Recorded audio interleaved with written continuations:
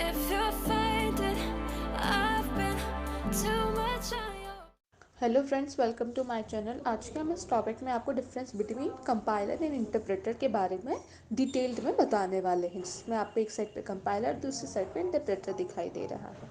और इसके पहले भी हमने डायग्रामेटिकली इसके बारे में डिस्कशन किया है कि कैसे लैंग्वेजेस कंपाइल और इंटरप्रेट होती है। सबसे पहले अपना पॉइंट आता है कि entire high level language code is converted into MLL in one shot.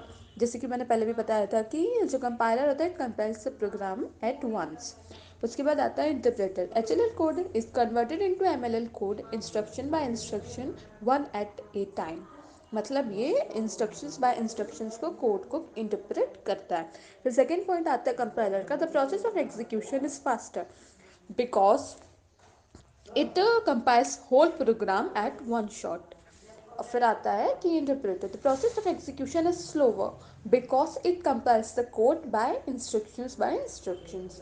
फिर आता है अपना compiler third point, debugging is difficult. ये क्यों है, इसमें कंपाइलर में डीबगिंग डिफिकल्ट क्यों है और इंटरप्रेटर में डीबगिंग इजी क्यों है? वो इसलिए है क्योंकि compiler compiles whole program at once.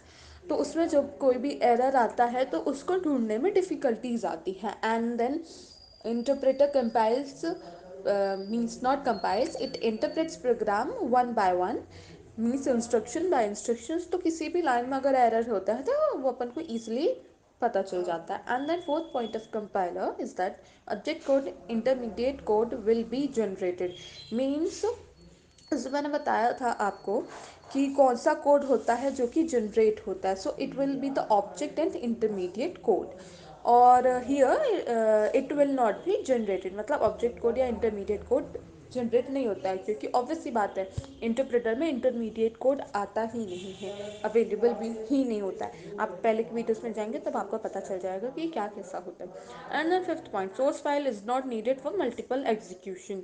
मतलब इसमें सोर्स फाइल की ज़रूरत नहीं पड़ती है मल्टीपल एग्जीक्यूशन के लिए। मतलब जब अपन एक बार प्रोग्राम अपना आ गया और उसके बाद वो कन्वर्ट हो गया ऑब्जेक्ट फाइल में, तो अपन को वापस सोर्स फाइल की ज़रूरत नहीं पड़ेगी। और एज इसमें सोर्स फाइल की ज़रूरत पड़ती है क्योंकि इसमें क्या होता है, program instructions by instructions interpret होता है। And six point, MLL code will be sorted on hard disk, and then in interpreter ML code will not be sorted on hard disk, it will be directly loaded on the RAM।